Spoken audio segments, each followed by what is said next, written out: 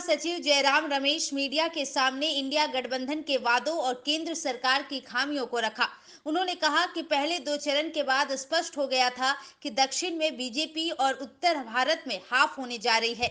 India गठबंधन को स्पष्ट बहुमत मिलने जा रहा है। बाकी बचे 3 चरणों का कोई असर अब चुनाव पर नहीं पड़ने वाला है।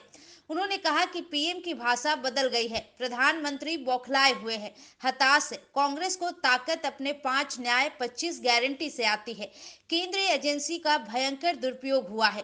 इनके अधिकारी को पावर दिया जाता है, जहां सबूत है वहां पर आप कार्रवाई कीजिए, लेकिन बदले की भावना से इस प्रकार कार्रवाई करनी चाहिए। केंद्रीय एजेंसी को सुधार करने की जरूरत है और इसका ध्यान रखा जाएगा। प्रधानमंत्री लगातार प्रचार प्रसार में दिग्भ्रमित कर रहे हैं। असल मुद्दे से भटकाया जा रहा है। बढ़ती हुई अर्थ विषमता पर रोक लगा दिया गया। कुछ उद्योगपति को फायदा पहुंचाया जा रहा है। प्रधानमंत्री दूसरे पिच तैयार करने में लगे हुए हैं। संप्रदाय को लेकर हमेशा बोलते हैं। सैम पित्रोदा हमारे पार्टी से कोई संबंध नहीं है। ये उनके निजी विचार है। लोगों का ध्यान असल मुद्दे से भटकाया जा रहा है।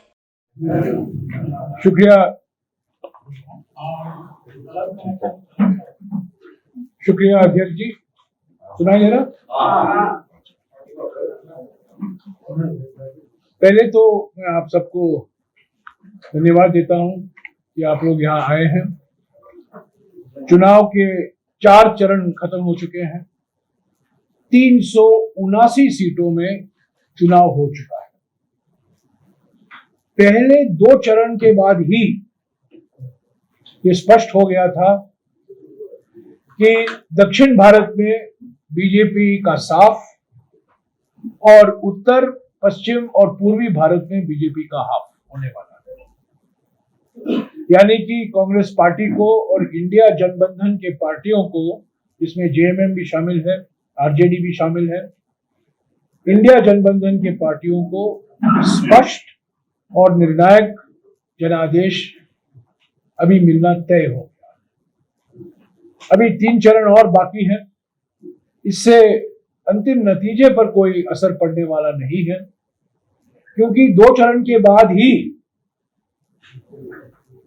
ये बिल्कुल स्पष्ट हो गया था कि आज के प्रधानमंत्री, निवर्तमान प्रधानमंत्री, आउटगोइंग प्रधानमंत्री, 19 तारीख के बाद उनकी भाषा में बदलाव आया। मोदी की गारंटी गई, 400 पार का नारा भूला गया और सिर्फ ध्रुवीकरण की रणनीति, ध्रुवीकरण की भाषा, हिंदू मुस्लिम भाषा, मंगलसूत्र की भाषा, भैंसों की भाषा, बदनाम करने वाली भाषा प्रधानमंत्री ने इस्तेमाल किया और बिल्कुल साफ हो गया था कि वो घबराए हुए हैं और भौखलाए हुए हैं।